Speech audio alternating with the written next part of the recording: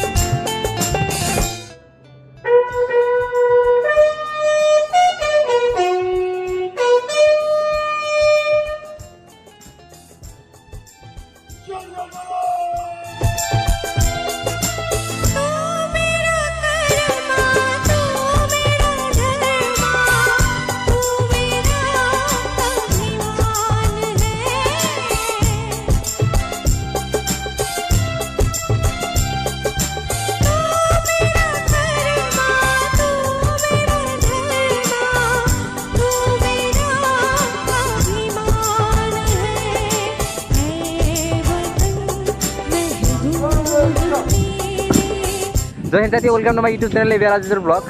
মানে আমাৰ ঘৰৰ পৰা 6 কিলোমিটাৰ আঁতৰত এজন আব্দুল ছালাম নামৰ আৰ্মি অৰুণাচল প্ৰদেশত তেওঁ কৰ্মৰত অৱস্থাত তেখেতৰ মৃত্যু হ'ল গাড়ী দুৰ্ঘটনাত। তাকে এতিয়া শ্ৰদ্ধাঞ্জলি জনোৱা হ'ব। কেনেকুৱা ধৰণৰ শ্ৰদ্ধাঞ্জলি জনোৱা হয় সম্পূৰ্ণ দেখুৱাম। ব্লগ ভিডিঅ'টো আৰম্ভ কৰিম।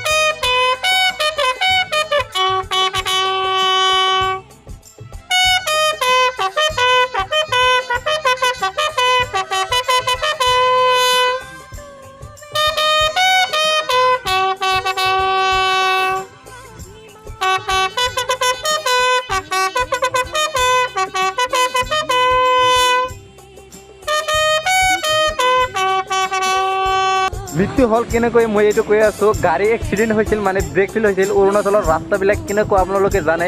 আৰু ৰাস্তাৰ পৰা যেতিয়া পাহাৰৰ তলত পৰি গৈছিল তেখেতৰ তেতিয়া মৃত্যু হৈছে। যদিও পিছত মেডিকেলত লৈ গৈছিল কিন্তু তেখেতৰ মৃত্যু হোৱা বুলি ঘোষণা কৰিছিল।